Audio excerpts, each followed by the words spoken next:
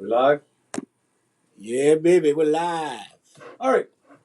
Ladies and gentlemen, we're back here for another episode of the Manhood podcast. I'm very excited today about our podcast. I feel like the week we took off, I'm still feeling like I missed something. From the past week. Okay. I was like, we was here last week. We were here last week, but the week before. Yeah, that's what a week does. I'm like, we missed, I feel like we missed something in the week we were away.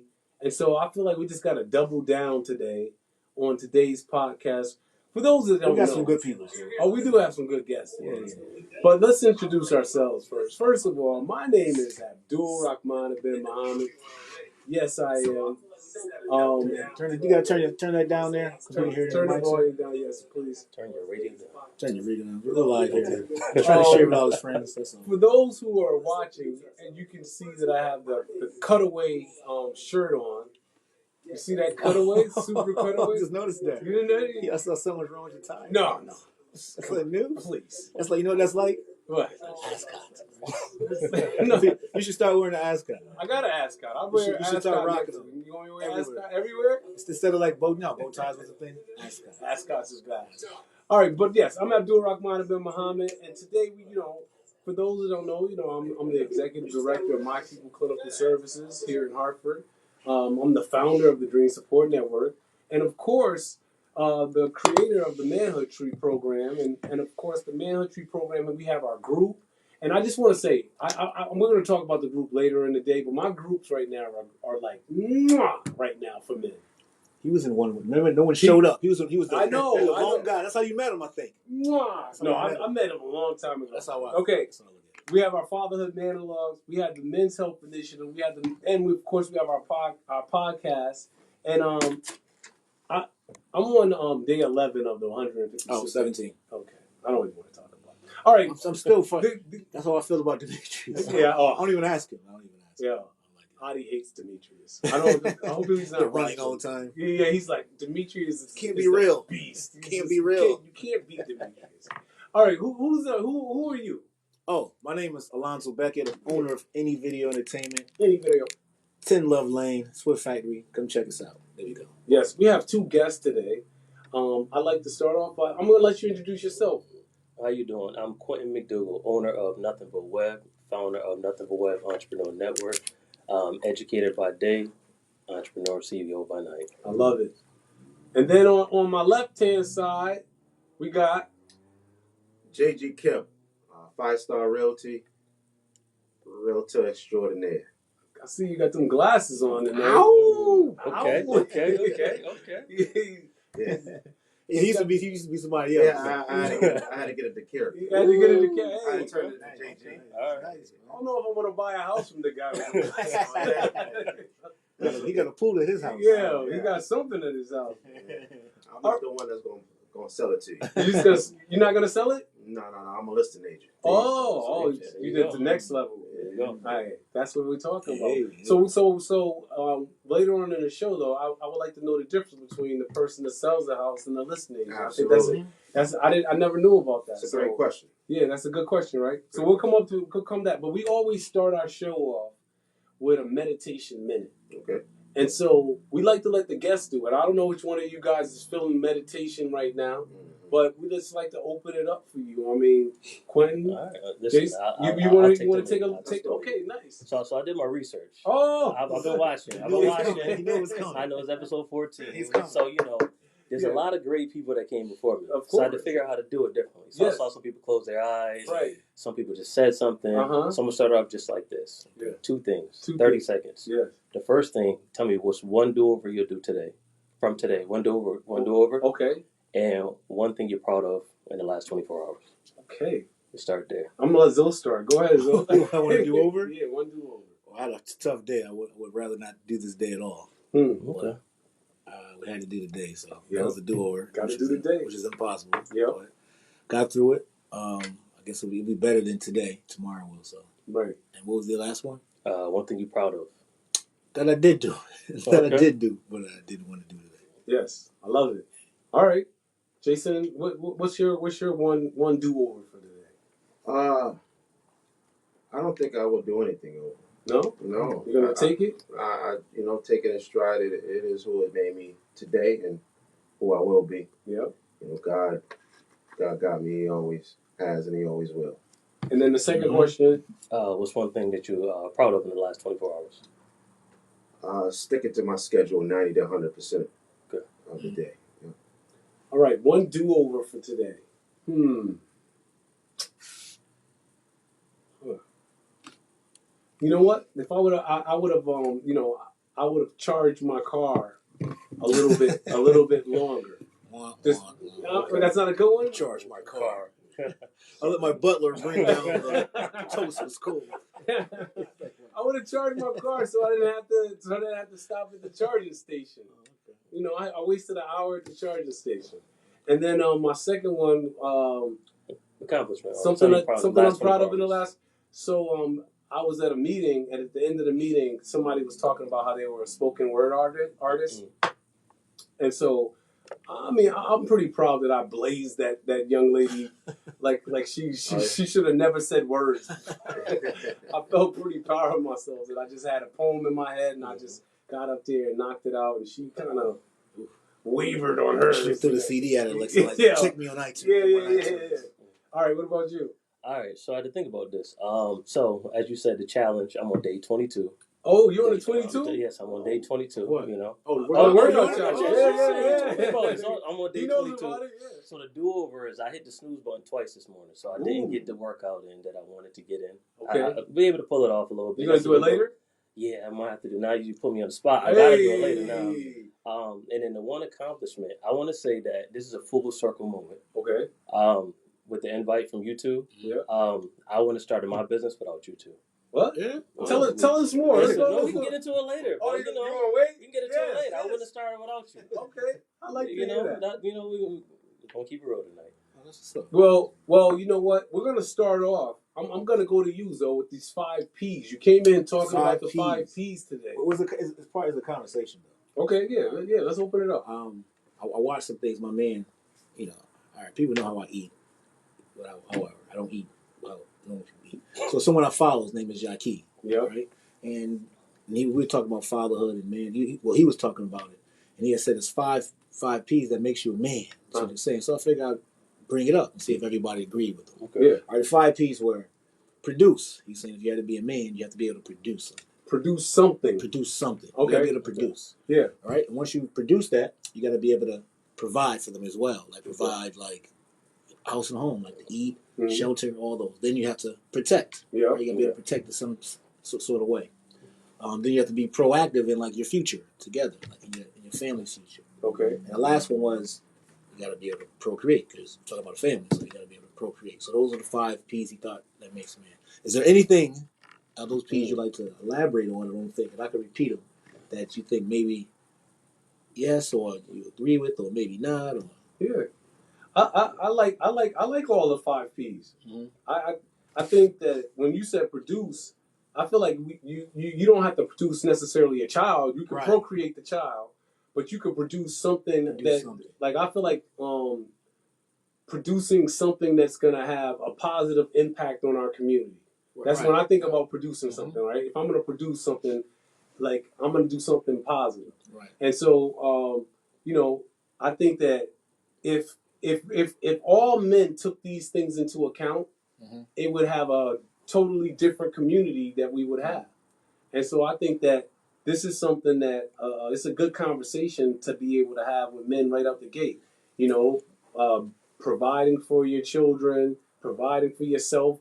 I think that like a lot of it, like we think about our children, but one thing about manhood to me is like being able to provide just for me. Mm-hmm. Before I had kids, there's men that they haven't learned the skill of just providing for themselves. Right. And that's where they get jammed up right there. It's like, so before I can have kids and provide for them, I have to be able to provide for myself. I need to be able to. Maybe that should be, because me and my wife was speaking, and she thought that we had a little disagreement because I always told her that I worry about myself first.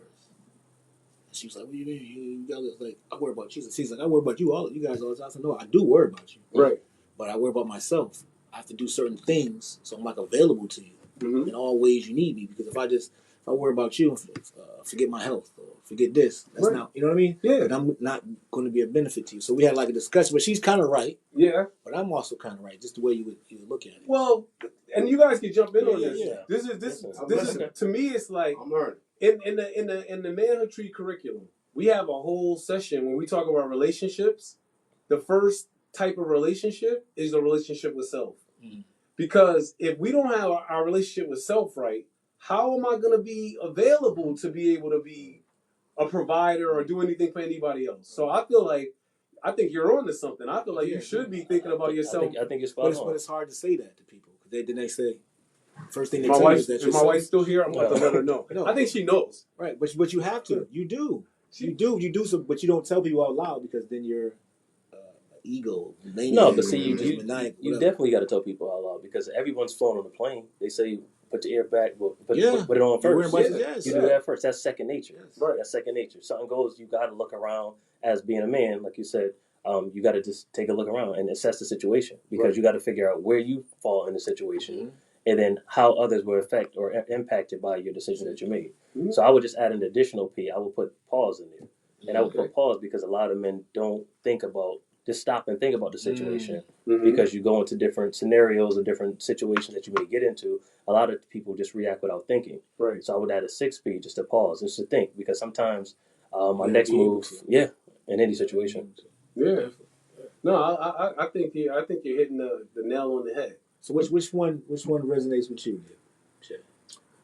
Proactive, probably more so proactive. Staying active, staying consistent, having goals, implementing your goals, learning to love the process, the system to get you there. Yeah. It's a 1% improvement every day. To your self improvement, and then actually wanting that for yourself. And not wanting to be the same person. So that you can be proactive in your child's life, so that you're the how is your son doing? What's that little guy doing? Is he a little guy still? I feel like last time I saw him, he was a little guy. Yeah, he's a 93 pound 6-year-old little guy. Oh, yeah. That's a big little. He get wrestled. He probably spin all of his. Yeah. He's doing good. He's doing well. Doing well. He's proactive. There's some things that we can do to get him better. Yeah. And that's what I mean. How serious do I want to take myself so that young man can follow me and I'm teaching him the right things and he learns the right things as he moves through life and so on and so forth because, they say it takes, nowadays 7 generations to change one mistake in the family, right? Wow. Talk to us about that. Tell us more about that. Yeah. Well, people tend to make the same mistakes over and over. They don't learn from the mistakes. They don't have the proper guidance. Right. So I'm trying to be that person to give the right guidance so you don't make the same mistakes over and over. Right. If that makes sense. No, so when you bring in generational thinking, for me it's like we are responsible for that. Like we're the generation right now where the choices we make, the decisions we make, all of it is kind of like on our back in a sense. Absolutely. And so that to me is like a certain like level of manhood when you get to the point where you realize like, okay, now it's on me. So like me, before when my father was alive, I used to be able to say, well, he got it. You know what I'm saying? Yeah. He's going to stand up for the family. He'll come up. But then even when my father was like, there was a certain point where as he got older, I started saying to myself, I started having to see myself differently. Yeah. As like the decision maker in our family. Absolutely. The person that is like, and it's not a role that I like necessarily wanted to take on. No, it could be scary at times. It's unknown territory. Yeah. It's a very scary place because I feel like it's easier to like hide in the shade of your father. You know what I'm saying? It is.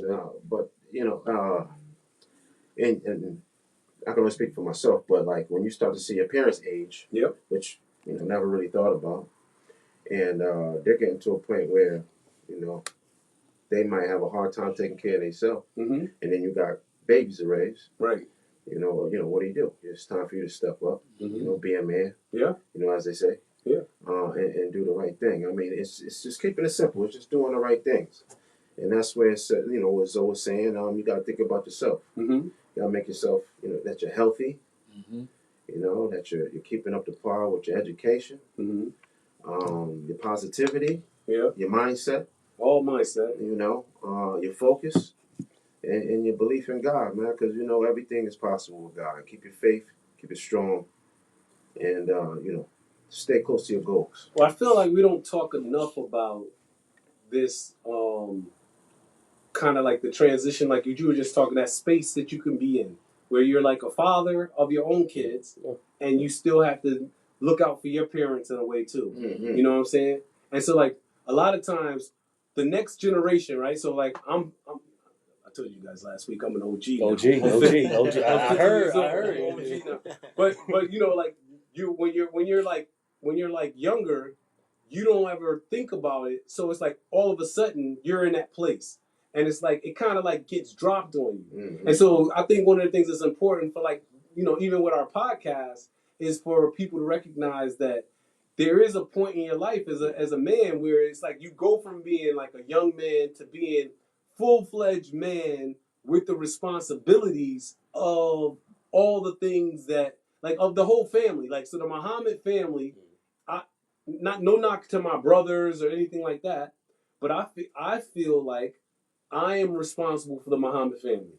Now, not to say that I can't take their help and we can't support each other because my brothers aren't that much younger than me, but I feel like when we say Muhammad, I feel like I'm like the first person to stand up and get ready to do something. Right. And I think that to prepare yourself for that position is I think, I don't want to say it's difficult, but sometimes it just surprises you when you're thrust in that position. I think it could be difficult though, because just add another layer to that. You said as being a father, and then being, having a father, an older father. But then you got to throw in the mix being an older sibling. Like I'm the eldest of the sibling, right? So that's 3 different prongs you're pulling on. And then if you're lucky enough to have grandparents, it's hard. It's hard because now you got to figure out the balance because you feel like it always falls on you, right? No matter what, whether the ups, the downs. Sometimes you try to sit on your hands. You kind of watch and let everybody kind of manipulate. Just try to pull the strings and you just watch. And it's kind of like, okay, all right, I'm watching. All right, let me interject here. Let me get in the right spot. I got to get in. Yeah, because it just becomes hard over time. Yeah, it's a different way of being. And the thing is that I recognize like right now I'm gonna be in this position until I'm in the other position, where like my son and daughters are saying like, Dad ain't got it no more, and they're trying to like and even that I think is something that we should talk more about because it's like when you get to that like now I'm 75 and I'm like kind of like not as swift or doing whatever, and it's like how do you step down, right? Like how do you step out of the position to allow somebody else to get in the position to be able to push your family forward. And that goes back to ego. We had an off mic conversation about that. When to hold on to the power and when to relinquish the power. Right. It's hard, especially being a man. Yeah. I'm just trying to figure out and put things in perspective. Yeah. I'm learning a lot of that with my business. I had a child early, and I had a child early enough where I wasn't being the type of father like this, like I am now. And I'm still trying to be the best father you can be, but it gets hard when you didn't build that relationship with certain kids, so on and so forth. Right. But what I'm saying is, when I was learning through my business is delegating and being okay with the delegation, having the trust of somebody to make the right decisions, without you micromanaging the situation. It's a real life situation, a real life humbling experience, right? Especially when you, like you said, you are quote unquote head of the household. You're putting yourself in that predicament, right? You can't handle everything, You have nobody to talk to, right? So you kind of gotta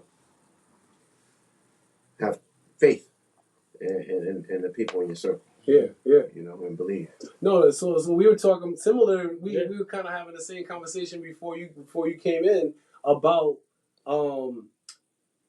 being in that position where, like you said, you got to delegate, you got to let people kind of like move into their area of strength Mm-hmm. and be okay not being like me in my business. I was used to being the go-to guy. He's the top guy. And then 1 second I'm the top guy. Now I'm still the top guy, but I'm not the nobody's calling me. Right. They're calling somebody else. like it's like Yeah. and so this goes back to, so how do I feel about that? But it's okay, you know.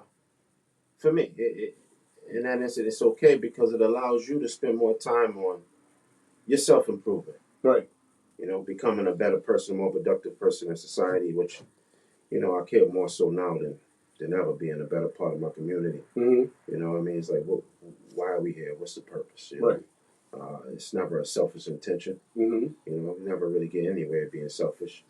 Yeah. You know, so you gotta spread out your love, spread out your knowledge, and have faith. In Faith people is that big. love you and your support, right? Yeah. True. So, you want to talk any more about the 5 P's? Did you have any one of the P's that you particularly like? You run down them one more time. Yeah, grab those real quick. Produce, provide, protect, proactive, and pro.